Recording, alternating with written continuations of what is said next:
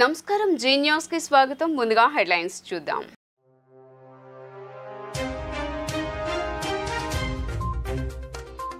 కాన్వాయ్ను ఆపి ప్రజల నుండి వినతులు స్వీకరించిన సీఎం చంద్రబాబు స్వయంగా సీఎం కారు దిగి వచ్చి హామీ ఇవ్వడంతో బాధితులు సంతోషం వ్యక్తం.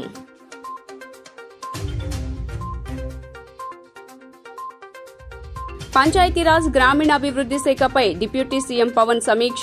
ఘన వ్యర్థాలను 12 గంటల్లోపు సేకరిస్తే సంపదగా మార్చవచ్చునని సూచన.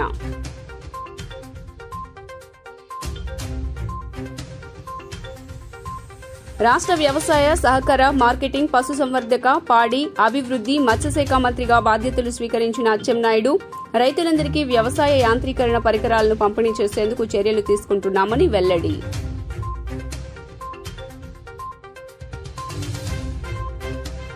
కూటమి ప్రభుత్వంపై మాజీ మంత్రి పేర్ని నాని ధ్వజం. చంద్రబాబు ఇచ్చే ఉచిత ఇసుకలో ఇసుక ఉండదంటూ వ్యంగ్యం.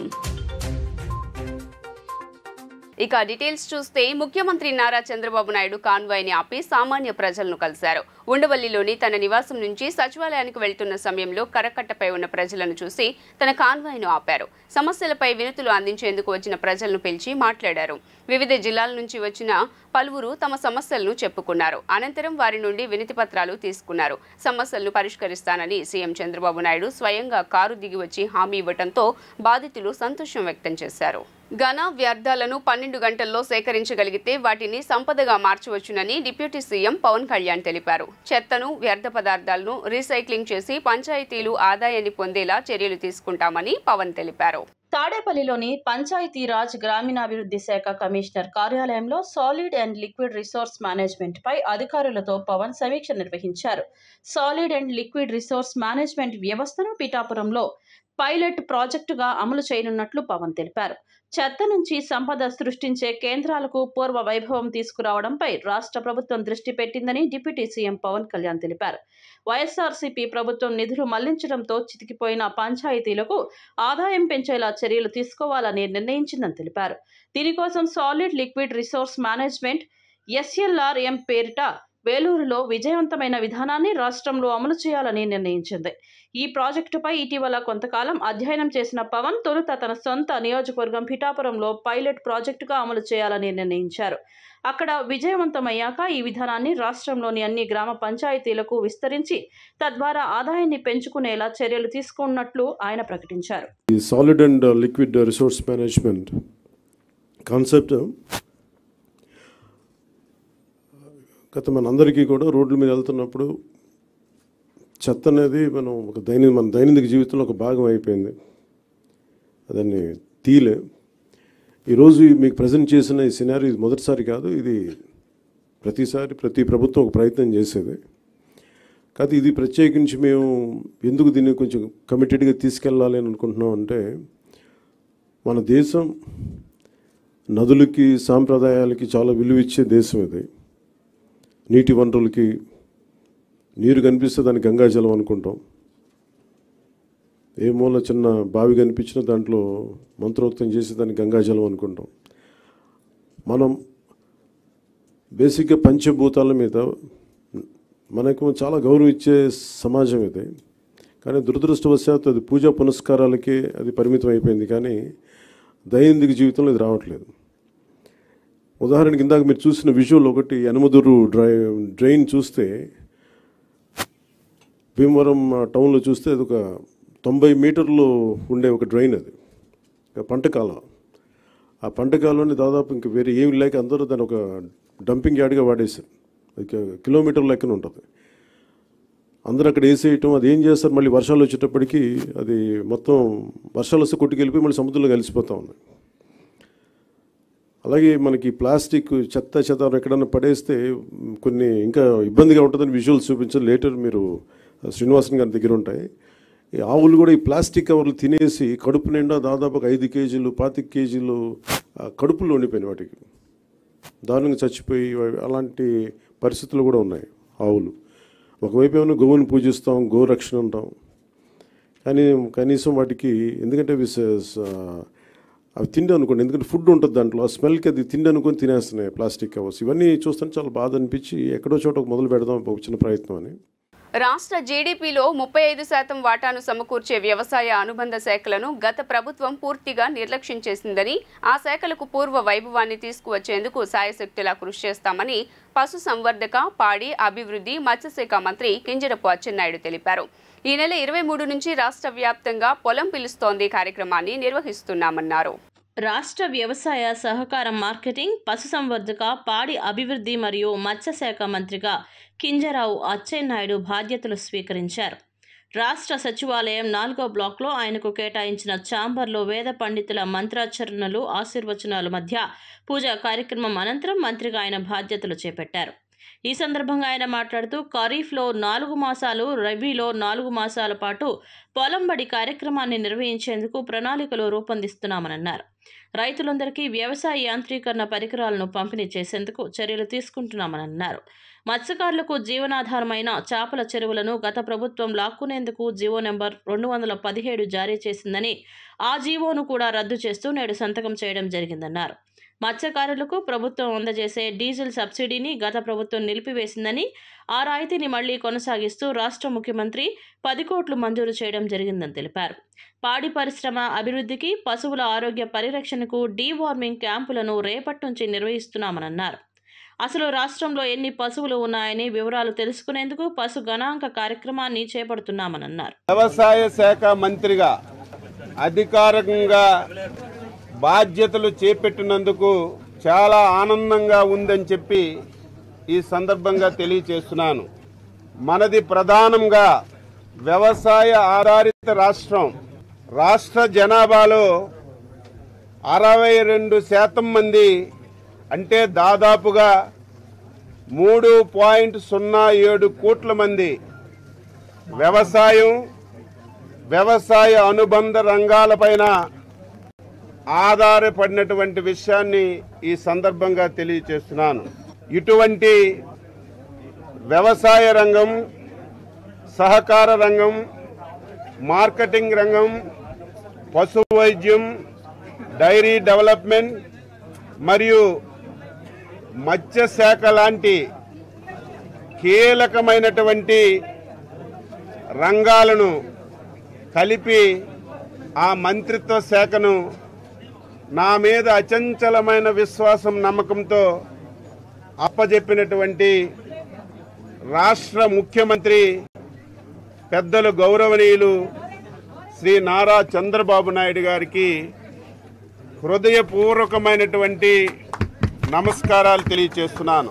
ఇప్పుడే చెప్పాను, 62% జనాభా ఆధారపడినటువంటి ఈ రంగాన్ని ఏ ప్రభుత్వం అయినా సరే అత్యంత ప్రాధాన్యతగా తీసుకొని పని చేయవలసినటువంటి బాధ్యత ఉంటుంది. ప్రజలను మోసం చేసి కూటమి అధికారంలోకి వచ్చిందని వైసీపీ నేత పేర్ని నాని ఆరోపించారు.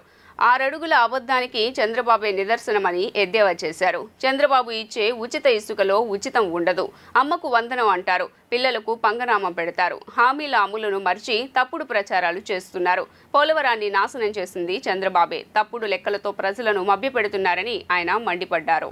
ఆ సైకిల్ మీద కనపడ్డాయన ఆగిపోయి మళ్ళీ సైకిల్ ఎక్కట్లా, ఈ కారే ఇక మళ్ళీ సైకిల్ అవసరం లేదు, ఆయన ఒక్కడే హ్యాపీ. ఆ పిల్లల హ్యాపీ కాదు, తల్లి హ్యాపీ కాదు. ఆయన చెప్పాడు తల్లికి వందనం, ఈ పిల్లకి ఆ పిల్లకి, ఈ పిల్లడికి ఆడికి, ఈ చిట్టికి తమ్ముడికి, ఆడికి ఇడికి, బుజ్జిగాడికి ఆడికి ఇడికి అని చెప్తున్నాడు హ్యాపీ. మరి ఆయన తనొక్కడే హ్యాపీగా ఉంటే, లేకపోతే చంద్రబాబు నాయుడు వాళ్ళ కూటమంతా హ్యాపీగా ఉంటే కాదు. ఎవరికైతే చెవులకు ఇంపుగా మీరు వాగ్దానాలు చేశారో ప్రజలందరికీ, ఆ ప్రజలు కూడా హ్యాపీగా ఉండాలి. వాళ్ళు మాత్రం అన్హ్యాపీ, మీరు మాత్రం హ్యాపీ, బాగా ఫుల్ హ్యాపీగా ఉన్నారు మీరు. ఆ ఫుల్ హ్యాపీగా ఉన్న వాళ్ళని నేను ఏంటంటే ఎందుకు అడుగుతున్నానంటే, జీవో ఎంఎస్ నెంబర్ 29, తల్లికి 15,000, తల్లికి వందనం. వాస్తవంగా ఈ పథకం ఎక్కడది? జగన్మోహన్ రెడ్డి గారి పథకం, అమ్మఒడి పథకం. అమ్మఒడి పథకాన్ని పేరు మార్చి కాపీ కొట్టి తల్లికి వందనం. జగన్మోహన్ రెడ్డి గారు ఒకళ్ళకే ఇచ్చాడు. మేము ఇంట్లో ఎంతమంది ఉంటే అంతమందికి, ఒకళ్ళైతే 15,000, ఇద్దరైతే 30,000, ముగ్గురైతే 40,000, నలుగురైతే 60,000. నిజమే, ఈ కూటమి ప్రభుత్వం చంద్రబాబు నాయుడు గారి ప్రభుత్వంలో తల్లికి వందనమే, తల్లికి మాత్రమే వందనం, పిల్లలందరికీ పంగనామాలు. ఆంధ్రప్రదేశ్ రాష్ట్ర సమాచార పౌర సంబంధాల శాఖ డైరెక్టర్గా హిమాంశు శుక్లా శుక్రవారం ఐఎన్పిఆర్ కార్యాలయంలో పదవి బాధ్యతలు స్వీకరించారు. 2013 ఐఏఎస్ బ్యాచ్ అధికారి హిమాంశు శుక్లాను ఆంధ్రప్రదేశ్ రాష్ట్ర సమాచార పౌర సంబంధాల శాఖ డైరెక్టర్గా నియమిస్తూ ప్రభుత్వం ఉత్తర్వులు జారీ చేసిన విషయం విదితమే. ఈ సందర్భంగా ఆయన బాధ్యతలు చేపట్టారు. అనంతరం ఐఎన్పిఆర్ అధికారులు పుష్పగుచ్చాలు అందజేసి శుభాకాంక్షలు తెలిపారు. ఆంధ్రప్రదేశ్ ముఖ్యమంత్రి చంద్రబాబు నాయుడుపై ఏపీసీసీ అధ్యక్షురాలు వైఎస్ షర్మిల తీవ్ర విమర్శలు గుప్పించారు. చంద్రబాబు అధికారంలోకి వచ్చి నెల రోజులు దాటిందని తెలిపారు. ఆర్టీసీ బస్సులో ఉచిత ప్రయాణ సదుపాయం కల్పిస్తామని చెప్పిన చంద్రబాబు దాన్ని ఎందుకు నిలబెట్టుకోవటం లేదని ప్రశ్నించారు. మహిళలకు ఉచిత బస్సు పథకం ఏపీలో ఇంకా ఎందుకు అమలు చేయలేదని ఏపీసీసీ అధ్యక్షురాలు షర్మిల ఏపీ ప్రభుత్వాన్ని ప్రశ్నించారు. తెలంగాణలో రేవంత్ రెడ్డి అధికారంలోకి వచ్చిన రెండో రోజే అమలు చేశారని అన్నారు. అలాగే కర్ణాటకలో కూడా 3 వారాల్లో అమలు చేశారని తెలిపారు. ఈ పథకం అమలుకు ఇంత సమయం ఎందుకు పడుతుందని నిలదీశారు. బస్సులో ప్రయాణం అంటే మహిళలకు రక్షణగా ఉంటుందని తెలిపారు. ఇది మహిళలకు పనికొచ్చే పథకం అని చెప్పారు. విధి విధానాలు పరిశీలించడానికి ఏముంటుందని ప్రశ్నించారు. సూపర్ 6లో ప్రకటించిన అన్ని పథకాలను అమలు చేయాలని అన్నారు. అమ్మకు వందనం కింద ప్రతి బిడ్డకు డబ్బులు ఇస్తామన్నారని, ఇప్పుడు ప్రతి తల్లికి 15,000 మాత్రమే అని జీవో ఇచ్చారని చెప్పారు. వైజాగ్ స్టీల్ ప్లాంట్పై టీడీపీ నేతలు ఎన్నో రకాలుగా మాట్లాడుతున్నారని అన్నారు. వైజాగ్ స్టీల్కు క్యాప్టివ్ మైన్ ఉండాలని చెప్పారు. మోదీ అంటే మోసం, వెన్నుపోటని, అలాగే జగన్ కూడా వైజాగ్ స్టీల్ను పట్టించుకోలేదని అన్నారు. దీనిపై చంద్రబాబు నాయుడు మాత్రమే మాట్లాడాలని చెప్పారు. రాజశేఖర్ రెడ్డి వైసీపీ మనిషి కాదని, ఆ పార్టీ అసలు వైఎస్ఆర్ పార్టీ కాదని అన్నారు. వైసీపీలో రాజశేఖర్ రెడ్డి లేరని చెప్పారు. వైఎస్ఆర్ ఆశయాలు నిలబెట్టేవారే అయితే జగన్మోహన్ రెడ్డి వాటిని ఎందుకు విస్మరించారని ప్రశ్నించారు. చంద్రబాబు గారు అధికారంలోకి వచ్చి 1 నెల దాటిపోయింది. చంద్రబాబు గారు కూటమి కలిపి చేసిన వాగ్దానాలు ఎన్నో ఉన్నాయి. అందులో భాగంగా సూపర్ 6లో భాగంగా చంద్రబాబు గారు చేసిన వాగ్దానం మహిళలకు ఆర్టీసీ బస్సులలో ఫ్రీగా ప్రయాణం చేసే వెసులుబాటు. మరి చంద్రబాబు గారు నెల రోజులైనా ఈ చిన్న వాగ్దానాన్ని ఎందుకు నిలబెట్టుకోవడం లేదో సమాధానం చెప్పాల్సిన అవసరం ఉంది. ఎందుకంటే సూపర్ 6లో భాగంగా చంద్రబాబు గారు మహిళల కోసం చేసిన ఈ వాగ్దానం చాలా ప్రాముఖ్యమైంది. ఇది మంచి పథకం కాబట్టే అటు తెలంగాణలో ఇటు కర్ణాటకలో అమలు చేసిన ఈ పథకాన్ని చంద్రబాబు గారు కూడా సూపర్ 6లో భాగంగా చేర్చడం జరిగింది. మరి తెలంగాణ ప్రభుత్వం రేవంత్ రెడ్డి గారు కాంగ్రెస్ పార్టీ తరఫున ముఖ్యమంత్రి అయిన ప్రమాణ స్వీకారం చేసిన రెండో రోజే మహిళలకు, అమ్మాయిలకు, ట్రాన్స్జెండర్స్ కు ఆర్టీసీ బస్సులలో ఫ్రీ ప్రయాణం చేయగలిగారు. ప్రపంచంలోనే అతిపెద్ద యాత్రగా జగన్నాథ రథయాత్రకు రికార్డు ఉందని విజయవాడ ఎంపీ కేశినేని చిన్ని వ్యాఖ్యానించారు. గత 4 ఏళ్లుగా విజయవాడ పట్టణంలో చారిత్రాత్మకంగా యాత్ర నిర్వహించడం అభినందనీయమని, ఈ యాత్రలో పాల్గొనడం తనకు సంతోషంగా ఉందన్నారు. విజయవాడలో జగన్నాథ రథయాత్ర వైభవపేతంగా జరిగింది. నగరంలోని బందర్ రోడ్లో ఉన్న డి అడ్రస్ మాల్ నుంచి రథయాత్ర ప్రారంభమైంది. నగర పరిసర ప్రాంతాల నుంచి తరలివచ్చిన భక్తులు జై జగన్నాథ్, హరే కృష్ణ, హరే రామ్ అంటూ నినాదాలతో హోరెత్తించారు. భక్తులు దారి పొడవునా శ్రీ జగన్నాథుని రథం ముందు పాటలు పాడుతూ సాంప్రదాయ నృత్యాలు చేస్తూ ఆనంద పారవస్యంలో మునిగిపోయారు. ఇస్కాన్ సంస్థ ప్రతినిధులు ఒడిశాలోని పిప్లి నుంచి తెప్పించిన రంగుల పందిరి ప్రధాన ఆకర్షణగా నిలిచింది. అనంతరం ఎంపీ మాట్లాడుతూ సమాజ స్థాపనే జగన్నాథుడి సంకల్పమన్నారు. గత 4 ఏళ్లుగా విజయవాడ పట్టణంలో చారిత్రాత్మకంగా యాత్ర నిర్వహించడం అభినందనీయమన్నారు. ప్రపంచంలోనే అతిపెద్ద యాత్రగా జగన్నాథ రథయాత్రకు రికార్డు ఉందన్నారు. అలాంటి రథయాత్రలో పాల్గొనే అవకాశం నా అదృష్టమన్నారు. రాష్ట్రంలో ఇస్కాన్ సేవల విస్తరణకు ప్రభుత్వం నుండి సహకారం ఉంటుందని హామీ ఇచ్చారు. ఈ కార్యక్రమంలో మంత్రి కొల్లు రవీంద్ర పాల్గొన్నారు. ముఖ్యంగా ఇస్కాన్ వారికి బ్రహ్మాండంగా ఒక ఆధ్యాత్మిక కార్యక్రమం రథయాత్ర, జగన్నాథ రథయాత్ర 4వ సంవత్సరం సందర్భంగా ముందుగా మీ అందరికీ అభినందనలు. విజయవాడ నగరంలో ఇటువంటి యాత్ర అందరికీ కూడా, ఇక్కడ ఉన్న ప్రజలందరికీ కూడా ఒక చక్కటి అవకాశం ఇచ్చారు మీరు. ముఖ్యంగా ఒరిస్సాలో భువనేశ్వర్లో జరిగే చోట, పూరిలో జరిగే చోట మీరు ఇక్కడ చేయటం మా అందరికీ కూడా అక్కడ జగన్నాథుని యొక్క ఆలోచనలు కానీ జగన్నాథుని యొక్క ప్రయోజనాలు కానీ మాకు తెలియటం మనందరికీ ఆనందం. విజయవాడ నగర ప్రజల తరఫున ఇస్కాన్ వారికి ముందుగా ధన్యవాదాలు తెలుపుకుంటున్నాం. ఇటువంటి కార్యక్రమాలు మరిన్ని చేసి విజయవాడలో ఆధ్యాత్మిక చింతన పెరిగే విధంగా మీరు కృషి చేయాలని, అంతేకాకుండా మీ చాలా ఆర్గనైజేషన్ ఉంది, చాలా పెద్దది, చాలా చోట్ల మంచి మంచి కృష్ణ దేవాలయాలు కట్టారు. అటువంటి మంచి ఒక కార్యక్రమం విజయవాడలో కూడా చేయాలని మా అందరూ విజయవాడ నగర ప్రజల తరఫున కోరుకుంటూ, రాష్ట్రం కూడా చాలా ఇబ్బంది పరిస్థితుల్లో ఉన్నది. మీ యొక్క చేయూత రాష్ట్రానికి, చంద్రబాబు నాయుడు గారికి, రాష్ట్ర ముఖ్యమంత్రికి ఉండాలని కోరుకుంటూ, ఇస్కాన్ వారికి తప్పకుండా పెద్ద పెద్ద నగరాలే కాదు విజయవాడను కూడా గుర్తుంచుకోవాలని తెలియజేసుకుంటా, తప్పక మీ దగ్గర నుంచి త్వరలో మీ యొక్క ప్రతిష్టాత్మక దేవాలయం ఎక్కడ కూడా వస్తుందని ఆశిస్తూ అందరికీ ధన్యవాదాలు. హరే కృష్ణ. ఈ రోజున మమ్మల్ని అందరినీ కూడా ఆహ్వానించినటువంటి ఈ జగన్నాథ రథయాత్రకి పెద్దలు చక్రధర్ దాస్ గారికి, అదేవిధంగా గౌరవనీయులు సోదర సమానులు మంత్రివర్యులు మన కొల్లు రవీంద్ర గారికి, అదేవిధంగా సోదరుడు ఒక విజయవాడలోనే ఇంతవరకు ఎవరో కూడా అంత పెద్ద మెజారిటీతో గెలిచి చూపించినటువంటి సత్తా ఉన్నటువంటి చిన్ని గారు, అంటే చిన్ని అంటే శివనాథ్ అంటే ఎవరు తెలియదు, కేసినేని శివనాథ్ గారికి, మరి వేణుగారికి, ఇక్కడ ఉన్నటువంటి విచ్చేసినటువంటి భక్త జనులందరికీ, ముఖ్యంగా రష్యా నుంచి ఉక్రెయిన్ నుంచి కూడా ఇక్కడికి రావడం జరిగింది. ఇక్కడ మీకు ఒక విషయం చెప్పాలి, అక్కడేమో రష్యా ఉక్రెయిన్ తగాదా జరుగుతూ ఉంటే, మరి ఇక్కడ ఉన్నటువంటి ఈ మన కృష్ణుడి యొక్క భక్తులు వాళ్ళందరూ కూడా కలిసి మరి ఒకే రూమ్లో ఉండడం అనేది చాలా గొప్పతనం. వారు కూడా రష్యా నుంచి వచ్చారు, ఆయన మీరు వాళ్ళకి తప్పట్లు కొట్టాలి, రష్యా నుంచి ఉక్రెయిన్ నుంచి వస్తున్నారు. కూటమి ప్రభుత్వంలో తూర్పు నియోజకవర్గాన్ని అతి త్వరలో ఒక మోడల్ డివిజన్గా మార్చేందుకు పలు ప్రణాళికలు సిద్ధం చేసినట్లు నియోజకవర్గ ఎమ్మెల్యే గద్దె రామ్మోహన్ రావు తెలిపారు. ఇప్పటికే నియోజకవర్గంలో ఆగిపోయిన పనులను తిరిగి ప్రారంభించినట్లు చెప్పారు. నియోజకవర్గంలో ఏ సమస్య ఉన్నా వాటిని తక్షణమే పరిష్కరించే దిశగా చర్యలు చేపట్టినట్లు ఆయన పేర్కొన్నారు. తూర్పు నియోజకవర్గం 20వ డివిజన్ కృష్ణలంక గౌతమీనగర్ డొంక రోడ్డులో నూతన రోడ్ల నిర్మాణం, భూగర్భ డ్రైనేజీ, నూతన పైపులు ఏర్పాటు తదితర నూతన పనులకు ఎమ్మెల్యే పూజా కార్యక్రమాలు నిర్వహించారు. అనంతరం ఆయన మాట్లాడుతూ తూర్పు నియోజకవర్గంలో గత 5 ఏళ్లుగా ఆగిపోయిన అభివృద్ధి పనులు తిరిగి ప్రారంభించినట్లు ఆయన తెలిపారు. గత ప్రభుత్వ పాలనలో అన్ని వ్యవస్థలు అస్తవ్యస్తమైపోవడంతో అన్ని వర్గాలకు చెందిన ప్రజలు పలు అవస్థలు పడ్డారన్నారు. నారా చంద్రబాబు నాయుడు అధికారంలోనికి రావటమే మంచి రోజులు వచ్చాయనన్నారు.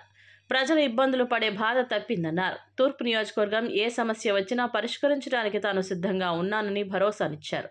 ఈ కార్యక్రమంలో సంబంధిత ప్రభుత్వ శాఖలకు చెందిన అధికారులు, తెలుగుదేశం పార్టీ నాయకులు తదితరులు పాల్గొన్నారు. బజార్లో గతంలో నారా చంద్రబాబు నాయుడు గారు ఈ రైతు బజార్ను సృష్టించిన వ్యక్తి నారా చంద్రబాబు నాయుడు గారు ఈ ఆంధ్ర రాష్ట్రంలో 1995లో ఆయన ముఖ్యమంత్రి అయిన తొలి రోజుల్లోనే రైతు బజార్ కాన్సెప్ట్ని తీసుకొచ్చి రైతులందరికీ ఉపయోగపడాలని మంచి ఉద్దేశంతో ఆయన స్థాపించడం జరిగింది.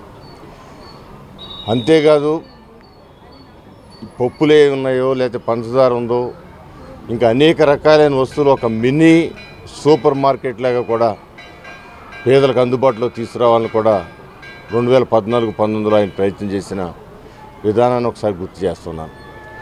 ఆ రోజునైతే సుమారు 10-16 రకాల సరుకులు నూనెతో సహా మార్కెట్లో ఉన్న రేట్ల నుంచి తగ్గించి ధరల స్థిరీకరణకు ఉపయోగపడే విధంగా ఆ కాన్సెప్ట్ని తీసుకొచ్చి అనేకమైన వస్తువుల్ని ఆయన పేదలకు ఇవ్వడం జరిగింది. ఇవాళ గత 5 సంవత్సరాల్లో కందిపప్పు ఎవరు కూడా ఏ పేదవాడు చూడాల, పంచదార చూడాల. కేవలం సెంట్రల్ గవర్నమెంట్ మోడీ గారు ఇచ్చిన బియ్యాన్ని, ఆయన ఉచితంగా ఇచ్చిన బియ్యాన్ని ఈయన రూపాయికి అమ్ముకున్న సందర్భం జగన్మోహన్ రెడ్డి గారు. ఈరోజు మరలా ఆ మినీ మాల్గా తీసుకెళ్ళడానికి మొట్టమొదటిగా కందిపప్పుతో స్టార్ట్ చేశారు. అదేవిధంగా సన్న బియ్యం కూడా ఇవ్వడం జరుగుతోంది రీజనబుల్ రేటుకి. దాంతోపాటు రాను రోజులు పంచదార, నూనె ఇవన్నీ కూడా తీసుకురావడానికి ప్రయత్నం చేస్తున్నామని చెప్పి నిన్న మినిస్టర్ గారు కూడా చెప్పారు. అల్ట్రాటెక్ ప్రమాద ఘటనపై సిట్టింగ్ జడ్జితో విచారణ జరిపించి బాధితులకు న్యాయం చేయాలని వివిధ ప్రజా సంఘాల నేతలు డిమాండ్ చేశారు. పరిశ్రమల్లో ప్రమాదాలు నివారించాలని, కాలుష్య నివారణకు చర్యలు చేపట్టాలని కోరారు. గాంధీనగర్ ప్రెస్ క్లబ్లో జగ్గైపేట మండలం బోధవాడ గ్రామం అల్ట్రాటెక్ సిమెంట్ కర్మాగారం ప్రమాద బాధితుల కుటుంబాలకు మద్దతుగా సిపిఐ ఎన్టీఆర్ జిల్లా సమితి ఆధ్వర్యంలో అల్ట్రాటెక్, వీటీపీఎస్ పరిశ్రమల్లో వరుస ప్రమాద ఘటనలో ప్రభుత్వాల వైఫల్యాలపై రౌండ్ టేబుల్ సమావేశం జరిగింది. ఈ రౌండ్ టేబుల్ సమావేశానికి సిపిఐ ఎన్టీఆర్ జిల్లా కార్యదర్శి దోనేపూడి శంకర్ అధ్యక్షత వహించారు. ఈ రౌండ్ టేబుల్ సమావేశానికి స్థానిక బాధితుల కుటుంబాలు, అనేక రాజకీయ పార్టీలు, ప్రజా సంఘాల నేతలు పాల్గొని ప్రసంగించారు. ఈ సందర్భంగా వక్తలు మాట్లాడుతూ అల్ట్రాటెక్ బాయిలర్ ప్రమాద ఘటనపై ఇంతవరకు వాస్తవాలను ప్రభుత్వం ఇంతవరకు ఎందుకు బహిర్గతం చేయలేదని, ఇప్పటికైనా అన్ని పార్టీలతో, అన్ని సంఘాలతో, ప్రభుత్వ అధికారులతో కలుపుకొని నిజ నిర్ధారణ కమిటీ వేయాలన్నారు. సిట్టింగ్ జడ్జితో న్యాయ విచారణ జరిగించి పరిశ్రమ యాజమాన్యంపై క్రిమినల్ కేసులు బనాయించాలన్నారు. బాధితులకు రాష్ట్ర ప్రభుత్వం ₹1 కోటి ఎక్స్గ్రీషియా ప్రకటించాలని డిమాండ్ చేశారు. అల్ట్రాటెక్ కంపెనీకి అధికారులు, ప్రభుత్వ పెద్దలు కొమ్ము కాస్తున్నారని, బాధితులకు న్యాయం జరిగే వరకు ఐక్య పోరాటం నడుస్తుందని వెల్లడించారు. వరుస వెంబడి ప్రమాదాలు జరుగుతున్నటువంటి నేపథ్యంలో నిన్న అల్ట్రాటెక్ సిమెంట్, నేడు వీటీపీఎస్లో ప్రమాదాలు. కాబట్టి వరుస వెంబడి ప్రమాదాలు సాగుతుంటే ఇటు ఫ్యాక్టరీ యాజమాన్యాలు కానీ, ప్రభుత్వాలు కానీ, కార్పొరేట్ సంస్థలు కానీ నిమ్మకు నీరెత్తినట్లు కూర్చున్నటువంటి పరిస్థితి కనపడుతుంది. తాము చేయవలసినటువంటి కర్తవ్యాన్ని, సేఫ్టీ మెథడ్స్ ఏవైతే ఉన్నాయో వాటిని అమలు చేయకుండా కార్మికుల్ని కట్టు బానిసలుగా చూసినటువంటి పరిస్థితి ఇవాళ అల్ట్రాటెక్ యాజమాన్యం ఉంది. బోధవాడ గ్రామానికి అభివృద్ధికి కావాల్సినటువంటి నిధుల్ని, ₹1 కోట్ల నిధులు ఏమైపోయినాయో తెలీదు. కైంకర్యం చేశారు. ఎవరు కైంకర్యం చేశారో వాళ్ళు బహిర్గతం చేయాలి. అలాగే ఫ్యాక్టరీకి సంబంధించినటువంటి పర్యావరణం కానీ, లేదా అక్కడ ఉన్నటువంటి సేఫ్టీ మెథడ్స్ ఏమైతే ఉన్నాయో ఆ సేఫ్టీ మెథడ్స్ కార్మికులు కొద్ది రోజులుగా చెప్తున్నా కూడా యాజమాన్య నిర్లక్ష్యం, ఇవన్నీ కూడా పెద్ద ఎత్తున కలిసి వాళ్ళ 16 మంది క్షతగాత్రులయ్యారు. బూడిదైపోయినటువంటి పరిస్థితి. ఒళ్ళంతా కూడా 3 చనిపోయారు. స్వామి నాయక్, అర్జున్, అలాగే ఆవుల వెంకటేష్ నాయక్, ముగ్గురు కూడా చనిపోవడం జరిగింది. వారి ముగ్గురికి కూడా ఈ సందర్భంగా మీడియా తరపున సంతాపాన్ని తెలియజేస్తున్నాం. తక్షణమే ప్రభుత్వం ఇవాళ మినిస్టర్ గారి కోసం ప్రయత్నం చేశాం. ఆయన ఫోన్ ఆపి కూర్చున్నాడు. కాబట్టి దేనికైనా కార్మిక మంత్రి అంటే అల్ట్రాటెక్ యాజమాన్యం తొత్తుగా మారాడని నేను అడుగుతున్నాను. అల్ట్రాటెక్లో జరిగిన ఘటనలో భాగంగా ఈ రోజున 16 మంది బాధితులుగా మారారు. దానిలో మరి 3 ఇప్పటికే చనిపోవడం జరిగింది. ఇంకా 2-3 పరిస్థితి కూడా చాలా ప్రమాదకరంగా ఉంది. దీనిలో భాగంగా మొత్తం ఈ మృతులైన వారికి ₹1 కోటి ఎక్స్గ్రేషియా తప్పక ప్రకటించాలి. అదేవిధంగా మృత్యుతో పోరాడుతున్న వారికి కూడా ₹1 కోటి ఇవ్వాల్సిందే ప్రభుత్వం ప్లస్ యాజమాన్యం. అదేవిధంగా ఈ ప్రమాదానికి కారణమైన విషయాలను మొత్తం కూడా దర్యాప్తు చేసి యాజమాన్యం పైన, అదేవిధంగా మానిటరింగ్ చేసే అధికారులపైన కఠిన చర్యలు తీసుకోవాలి. అదేవిధంగా బాధితులుగా ఇంకా పాక్షికంగా గాయపడ్డ వాళ్ళకు కూడా 50 లక్షలు ఎక్స్గ్రేషియా ప్రకటించాలని చెప్పి ఈ సందర్భంగా సిపిఐ పార్టీ జగ్గైపేట నియోజకవర్గ సెక్రటరీగా నేను డిమాండ్ చేస్తా ఉన్నాను. విజయవాడ కొత్త గవర్నమెంట్ హాస్పిటల్లో జరిగిన దాడి ఘటనకు నిరసనగా ప్రభుత్వ ఆసుపత్రిలో నేటి నుంచి జూనియర్ డాక్టర్లు సమ్మెకు పిలుపునిచ్చారు. విధుల్లో ఉన్న వైద్యులపై దాడి చేయటాన్ని జూనియర్ డాక్టర్లు తీవ్రంగా ఖండిస్తున్నారు. తమకు రక్షణ కల్పిస్తేనే విధులకు హాజరవుతామని జూనియర్ డాక్టర్లు స్పష్టం చేశారు. విజయవాడ ప్రభుత్వ ఆసుపత్రిలో అర్ధరాత్రి ఉద్రిక్త పరిస్థితి నెలకొంది. గడ్డి మందు తాగిన వ్యక్తిని చికిత్స నిమిత్తం నందిగామ నుంచి విజయవాడ ప్రభుత్వ ఆసుపత్రికి కుటుంబ సభ్యులు తరలించారు. వైద్యం చేస్తుండగా వ్యక్తి మృతి చెందాడు. వైద్యులు నిర్లక్ష్యం కారణంగానే చనిపోయారంటూ మృతుడి కుటుంబ సభ్యులు ఆగ్రహంతో వైద్యులపై దాడికి యత్నించారు. డ్యూటీలో ఉన్న వైద్యులపై బూతులతో కొందరు యువకులు రెచ్చిపోయారు. అంతటితో ఆగకుండా దాడి చేయపోగా నర్సులు అడ్డుకున్నారు. ఆసుపత్రిలో మృతుని కుటుంబ సభ్యులు ఆందోళన చేస్తున్న విషయం తెలుసుకున్న సిఐ గున్రామ్ పోలీస్ సిబ్బందితో అక్కడికి చేరుకున్నారు. ఇరు వర్గాలకు సర్ది చెప్పిన పోలీసులు ఫిర్యాదులు తీసుకున్నారు. ఈ దాడి ఘటనకు నిరసనగా ప్రభుత్వ ఆసుపత్రిలో నేటి నుంచి జూనియర్ డాక్టర్లు సమ్మెకు పిలుపునిచ్చారు. విధుల్లో ఉన్న వైద్యులపై దాడి చేయడాన్ని జూనియర్ డాక్టర్లు తీవ్రంగా ఖండిస్తున్నారు. తమకు రక్షణ కల్పిస్తేనే విధులకు హాజరవుతామని జూనియర్ డాక్టర్లు స్పష్టం చేశారు. క్వాజువాలిటీలో సరైన సౌకర్యాలు లేకపోతే మేమేం చేస్తామని జూనియర్ డాక్టర్లు ప్రశ్నిస్తున్నారు. సూపరింటెండెంట్ వెంకటేశ్వరరావు, ఏసీపీ భాస్కర్ రావుతో వైద్య విద్యార్థులు చర్చలు జరుపుతున్నారు. ఎమర్జెన్సీ కేసులు యథాతథంగా కొనసాగిస్తామని జూనియర్ డాక్టర్లు చెప్పారు. అందుకే రిటర్న్ గా ఇవ్వమంటే రిటర్న్ గా ఇవ్వనన్నారు సార్. నోట్ తో చెప్పి తిప్పిస్తా అన్నారు. ఒక్క సెక్యూరిటీ లేరు సార్. మరి అక్కడ సెక్యూరిటీ పెడతానన్నారు కానీ లేరు సార్. అక్కడ మరి చెప్పింది అవ్వట్లేదనే జరిగేది. ఇష్యూ ఫస్ట్ టైం కాదు.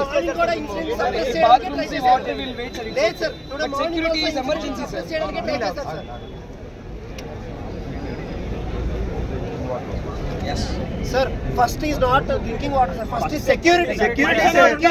Drinking water మాకు ఎన్నో సంవత్సరాల నుంచి లేదు sir drinking water. No sir, first primary point అయితే security. సార్ బతుకుంటే తాగుతాను సార్, కొనుక్కునైనా తాగుతాను సార్. 50 మెంబర్స్ మేలు పెట్టమని రాత్రి నీ ముందే నేను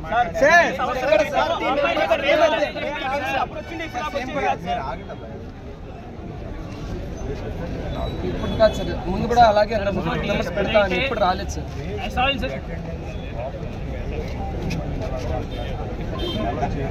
దానికి నేను కార్డు రెడీ చేసేసాను, ఇష్యూ చేస్తాను. ఇవాళ నుంచి స్టార్ట్ చేసి నిన్న కూడా స్టార్ట్ చేయమని చెప్పారు. పార్టీ కూడా కార్డ్స్ ఇచ్చారు.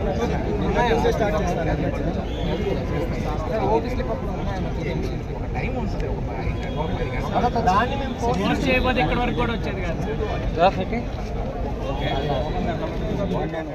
ఒక పేషెంటు సీమశక్తి రవి అని 55 years, అతను నవాపేట మందు తాగి బుధవారం రాత్రి 10 గంటలకు మందు తాగారు, పురుగుల మందు తాగారు. అక్కడ ఫస్ట్ ఎయిడ్ ఎక్కడ చేశారంటే నందిగాం హాస్పిటల్ తీసుకెళ్ళింది. అక్కడి నుంచి మనకి రిఫర్ చేస్తే గురువారం ఉదయం 11ంటికి సుమారుగా 10-11 మధ్యలో మన దగ్గరికి వచ్చారు. వచ్చేటప్పటికే పేషెంట్ కొంచెం సీరియస్గా బ్యాడ్గానే ఉన్నారు. అయినా సరే మన వాళ్ళు ఏంటి అన్నీ చేసి ట్రీట్మెంట్, ప్రిలిమినరీ ట్రీట్మెంట్, క్యాజువాలిటీలు అన్నా చేసి ఐసీయూ షిఫ్ట్ చేసుకుని మనం అందరం బాగా మన డాక్టర్స్ అందరూ చేస్తూ ఉంటే సడన్గా మధ్యాహ్నం 3-3:30కి డెత్ అయింది. సో వాళ్ళ అటెండర్స్ ఏంటంటే కొంచెం అగ్రెసివ్గా మన వాళ్ళని, మన స్టూడెంట్స్ని, మన డాక్టర్స్ని, మన స్టాఫ్ని బాగా తోలనాడి కొంచెం తోయడం జరిగింది. అయితే మ్యాన్ హ్యాండ్లింగ్ చేయడం జరిగింది. సెకండ్ థింగ్ ఏంటంటే అక్కడ ఉన్న ఎక్విప్మెంట్ని కూడా పగలగొట్టారు. బీపీ ఆపరేటర్స్, తర్వాత ఒక బోర్డు ప్లస్ ఒక మానిటరు, ఐసీయూ మానిటర్ని కొంచెం పగలగొట్టడం జరిగింది. సో ఇవన్నీ మేము ఏం చేసామంటే station house officer concern police వాళ్ళకి ఇంటిమేట్ చేసుకుని వాళ్ళని పిలుచుకుని రాత్రి 12 గంటలకు ఇక్కడే జాగ్రత్తగా చూసుకుని మేమందరం ఇక్కడ ఉండి అవన్నీ బాడీ మార్చరీలో పెట్టించి అవన్నీ చేసాము. ఇప్పుడు ఇవాళ మా వాళ్ళు బాగా హర్ట్ అయ్యారు. వాళ్ళు హర్ట్ అయ్యి కొంచెం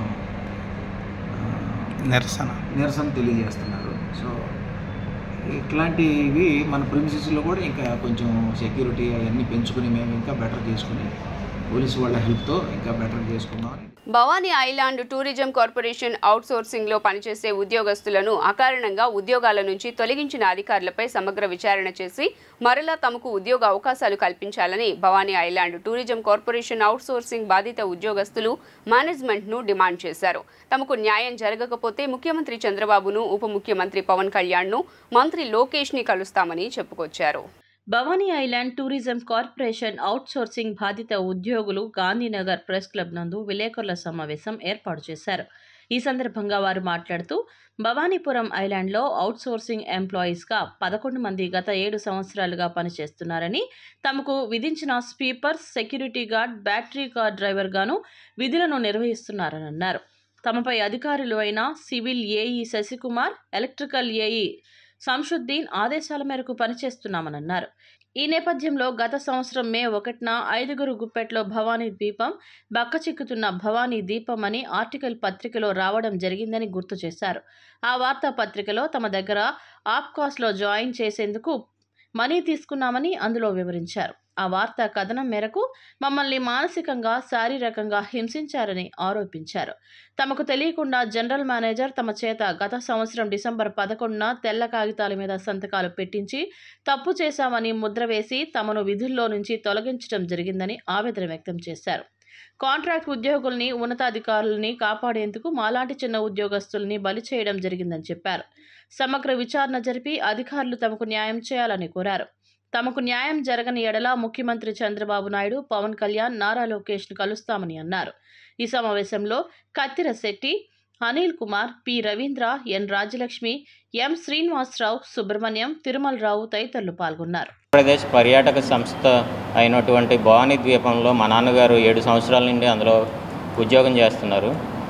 ఆయన నిర్వహిస్తున్న బ్యాటరీ కార్ డ్రైవర్గా, టికెట్ కలెక్టర్గా, స్వీపర్గా, అనేక సెక్యూరిటీ గార్డ్గా అనేక అన్ని పనులు చేస్తున్నారు. అందులో ఎలక్ట్రికల్ ఏఈ, సివిల్ ఏఈ, వారి ఒత్తిడులతో బాగా తీవ్ర మనస్తాపానికి గురయ్యారు.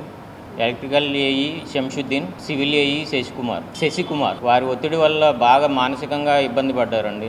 నెక్స్ట్ మాకు న్యాయం జరగాలి, మాకు అందులో ఉద్యోగం కానీ ఆర్థికంగా కానీ ఏదన్నా న్యాయం జరగాలని కోరుకుంటున్నాను. నేను భవానీ ఐలాండ్లో బ్యాటరీ కార్గా డ్రైవర్గా విధులు నిర్వహించేవాడిని. నాతో పాటు కూడా చాలామంది ఎంప్లాయీస్ కూడా ఉన్నారు, 11 మంది ఎంప్లాయీస్. మా అందరిని కూడా డిసెంబర్లో 18వ తారీఖున అందరినీ తీసేయడం జరిగింది. అది కూడా ఏంటంటే ఈ పేపర్లో వచ్చినటువంటి ఆర్టికల్ చూసి కాంట్రాక్ట్ ఏఈలైన శశికుమార్, శంషుద్దీన్ వీళ్ళు ఈ ఇందులో వివరంగా వాళ్ళు చేసే అక్రమ అరాచకాలు మొత్తం కూడా బయటపడడం జరిగింది. సో దీని మీద కక్షపూరితంగా మేమే ఈ సమాచారం లీక్ చేసుకొని వాళ్ళు భావించి మా మీద కక్షపూరితంగా 18/12/2023 సంవత్సరంలో తొలగించడం జరిగింది. దాంతో మేమందరం కొంతమంది కోర్టు దగ్గర కేసులు వేయడం కూడా జరిగింది, పోలీస్ స్టేషన్ దగ్గర కూడా వెళ్ళడం జరిగింది. అనేక రకాలుగా మా దారుల్లో మేము చూడడం కూడా జరిగిందనమాట. కానీ వీళ్ళ నాన్నగారు ఎవరైతే ఉన్నారో కత్తిశెట్టి రఘుబాబు గారు, ఆయన కూడా భవానీ ఐలాండ్లో ఆయన సెక్యూరిటీ విధులు నిర్వహించిన అనేక విధుల్లో కూడా ఆయన పాలు పంచుకోవడం జరిగిందనమాట. 1996లో వచ్చిన భారతీయుడు సృష్టించిన సంచలనాలను ప్రేక్షకులు ఇంకా మరవలేదు. శంకర్ గ్రాండియర్, కమల్ హాసన్ నటన, రెహమాన్ సంగీతం, ఇలా ప్రతి ఒక్క అంశం ఇప్పటికీ తెలుగు, తమిళ ప్రేక్షకుల మెదళ్లలో మాత్రమే కాదు మనసుల్లోనూ మెదులుతూనే ఉంది. ఆ చిత్రానికి సీక్వెల్గా దాదాపు 18 ఏళ్ల తర్వాత విడుదలైన చిత్రం భారతీయుడు 2 నేడు ప్రేక్షకుల ముందుకొచ్చింది. విజయవాడలో పలు థియేటర్ల వద్ద పెద్ద ఎత్తున ప్రేక్షకులు సినిమాను చూసేందుకు క్యూ కట్టారు. మొత్తానికి సినిమాకి పాజిటివ్ టాక్ వచ్చిందని ప్రేక్షకులు అన్నారు. విజయవాడ నగరంలో డార్లింగ్ వైదిస్ కొలవరి చిత్ర యూనిట్ సందడి చేసింది. ఈ నెల 19వ తేదీన చిత్రం విడుదలవుతోందని ప్రేక్షకులు ఈ చిత్రాన్ని వీక్షించి తమను ఆదరించాలని ఈ చిత్ర బృందం కోరింది. కుటుంబ సమేతంగా ఈ చిత్రాన్ని చూడవచ్చునని, ఏ విధమైన అసభ్యకర సన్నివేశాలు చిత్రంలో ఉండవని స్పష్టం చేసింది. ఈ నెల 19న చిత్రం విడుదల పురస్కరించుకొని ప్రమోషన్లో భాగంగా బందర్ రోడ్లోని ఒక హోటల్లో చిత్ర యూనిట్ విలేకరుల సమావేశం ఏర్పాటు చేసింది. సమావేశంలో హీరో ప్రియదర్శి మాట్లాడుతూ, దర్శకుడు అశ్విన్ రామ్ చెప్పిన కథ విన్న వెంటనే చిత్రంలో హీరోగా నటించడానికి ఒప్పుకున్నట్లు తెలిపారు. భార్యాభర్తల మధ్య జరిగే గొడవను దర్శకుడు ఒక వినోదాత్మక చిత్రంగా మలిచారని తెలిపారు. కుటుంబ సమేతంగా ఈ చిత్రాన్ని చూడవచ్చునని, ఏ విధమైన అసభ్యకరమైన సన్నివేశాలు చిత్రంలో ఉండవని స్పష్టం చేశారు. హీరోయిన్ నభా నటేష్ నటించిన ఆనంది పాత్ర ప్రేక్షకులకు ఖచ్చితంగా ఆకట్టుకుంటుందని తెలిపారు. ఈ నెల 19వ తేదీన చిత్రం విడుదల అవుతుందని, ప్రేక్షకులు ఈ చిత్రాన్ని వీక్షించి తమను ఆదరించాలని ఆయన కోరారు. ప్రముఖ దర్శకుడు ఇంద్రకాంటి మోహన్ కృష్ణ దర్శకత్వంలో నటించిన చిత్రం కూడా త్వరలో విడుదల కానుందని ఆయన వివరించారు. అనంతరం హీరోయిన్ నభా నటేష్ మాట్లాడుతూ, ఈ చిత్రంలో తాను మతిమరుపు పాత్రలో నటించడంతో పాటు గయ్యాలి భార్యగా హీరో ప్రియదర్శిని ఆట పట్టించే సన్నివేశాలు ప్రేక్షకులను అలరిస్తాయని పేర్కొన్నారు. తదనంతరం దర్శకుడు అశ్విన్ రామ్ మాట్లాడుతూ, తాను తమిళ్లో నిర్మించిన 2 చిత్రాలు విజయవంతం అయ్యాయని, తెలుగులో మొట్టమొదటిసారిగా హీరో ప్రియదర్శితో డార్లింగ్ వైదిస్ కొలవరి చిత్రాన్ని నిర్మించినట్లు చెప్పారు. ఈ చిత్రం తప్పక విజయవంతం అవుతుందని ఆయన ఆకాంక్షించారు. విలేకరుల సమావేశంలో హాస్య నటులు కృష్ణతేజ, విష్ణు పాల్గొన్నారు. రాలు నేను నేర్చుకుంటున్నా ఆ పదం ఇప్పుడు, అపరిచితుడు రాలు. ఎస్, చాలా చాలా ఛాలెంజింగ్గా ఉండింది, ఎక్స్ట్రీమ్లీ సాటిస్ఫైయింగ్. ఎందుకంటే బేసికలీ నేను ఒక హార్డ్ కోర్ సినిమా ఆడియన్స్ని, నేను చాలా సినిమాలు చూస్తా. సో నేను ముందు చేసిన సినిమాలాగా మళ్ళీ చేసి నాకు బోర్ కొడుతుంది అన్నమాట. సో ఈ సినిమా అశ్విన్ నరేట్ చేసినప్పుడు నేను మంచిగా ఇట్లా సినిమాని నా కళ్ళు ముందు వచ్చింది, గట్టిగా నవ్వుకున్నాను అన్నమాట. అండ్ నా క్యారెక్టర్ అయితే చాలా ఒక ముందు చూసినట్టు ఇప్పుడు లేదు అని నాకు అనిపించింది. So I thought it's gonna be fun. And also I want answer your question, అమ్మాయిలకి ఇబ్బంది ఉండదు అని అంటారు కదా. యాక్చువల్లీ ఈ సినిమా చూస్తే ఒక మగవాళ్ళు అమ్మాయిని ఎలా అర్థం చేసుకోవాలి అనేది మన డైరెక్టర్ నా క్యారెక్టర్ ద్వారా, దర్శి క్యారెక్టర్ ద్వారా ఎంత బ్యూటిఫుల్గా ఎక్స్ప్లెయిన్ చేశారంటే, మనం జస్ట్ ట్రైలర్ మాత్రమే చూపించామన్నమాట. సినిమాలో చాలా బాగుంటుంది, అమ్మాయిలకి చాలా నచ్చుతుంది అన్నమాట. నేను చెప్తున్నా, ఐఎమ్ ప్రామిసింగ్. నేను కేటీ గారు బేసికలీ ఇద్దరం చేసిన ఈ సినిమా, అది కూడా చాలా అద్భుతంగా ఉండబోతుంది. టీజర్ ఆల్రెడీ రిలీజ్ అయింది. రాణా గారు సినిమాను సమర్పిస్తున్నారు, అది దాని పేరు 35. డార్లింగ్ తర్వాత అది వస్తుంది. తర్వాత ఇంద్రగంటి మోహన్ కృష్ణ గారితో ఇంకొక సినిమా షూటింగ్లో చేసాం, అది కూడా మళ్ళీ మేము ఇద్దరమే చేసాం.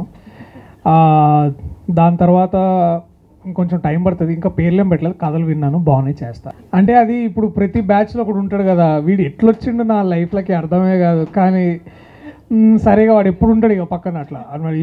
ఈ కేటీ ఒకడు, విష్ణు ఒకడు, రాహుల్ గడ్ ఒకడు. సో ఇట్లా ఏంటంటే వీళ్ళు ఎట్లొచ్చారు ఆ పాట ఇప్పుడు అంటే మన ఏదో వీడియోకి పెట్టిన ఆ పాట విన్నా నేను. ఎక్కడో పుట్టి ఎక్కడో పెరిగి ఇక్కడే కలిసామన్నట్టు అందరము ఎక్కడెక్కడో ఉండే అన్ని ఈ సినిమా చెట్టు కింద చేరి మేమందరము ఇట్లా గోళీలు ఆడుకుంటున్నాం అనమాట. మీరు ఈ సినిమా చూసి నాకు 100 కోట్లు తీసుకురండి, నేను ప్రొడ్యూసర్ అవుతాను నెక్స్ట్. బేసిక్గా చేద్దాం, ఇగో ఇప్పుడే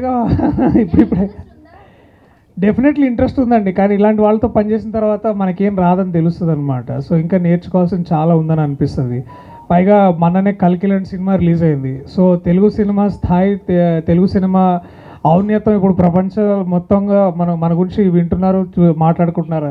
అలాంటి టైంలో నేను డైరెక్టర్గా ఏది పడితే తీయడానికి కూడా నాకు భయం ఉంది. అరే వీడు పక్కన వాళ్ళందరూ ఇంత బాగా చేస్తున్నారు, ఇక మనం అసలు సరే ముందు మనకు వచ్చింది చేద్దామని ఇంకా ఇట్లా సెటిల్ అయినా కంఫర్టబుల్గా. సెట్ పైన కూడా అదే కామరాడీ నడిచింది. థ్యాంక్స్. చాలా ఇంట్రెస్టింగ్ ఉండే సినిమా. షూట్ చేసేటప్పుడు చేసినాక చేసిన ముందు కూడా, ఎందుకంటే డైరెక్టర్ గారికి అంత తెలుగు రాదు, సో మేము తెలుగులో తిట్టుకునే వాళ్ళం. ఈ 19వ తారీఖు థియేటర్లోకి వస్తుంది, అందరు థియేటర్కి వెళ్ళి చూడండి. వేరే సినిమా నాకు తెలిసే ఒకటి రెండు మాలాంటి చిన్న సినిమాలు ఉన్నాయి, మీరు మా సినిమాకే వస్తారని కోరుకుంటున్నాను. వార్తలు ముగించే ముందు హెడ్లైన్స్ మరోసారి.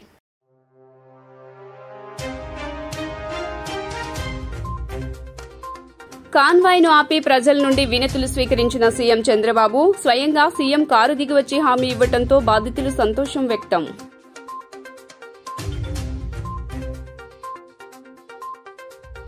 పంచాయతీరాజ్ గ్రామీణాభివృద్ది శాఖపై డిప్యూటీ సీఎం పవన్ సమీక్ష.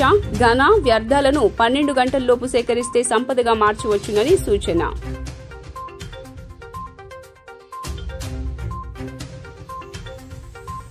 రాష్ట్ర వ్యవసాయ, సహకార, మార్కెటింగ్, పశుసంవర్ధక, పాడి, అభివృద్ది, మత్స్యశాఖ మంత్రిగా బాధ్యతలు స్వీకరించిన అచ్చెన్నాయుడు రైతులందరికీ వ్యవసాయ యాంత్రీకరణ పరికరాలను పంపిణీ చేసేందుకు చర్యలు తీసుకుంటున్నామని వెల్లడి.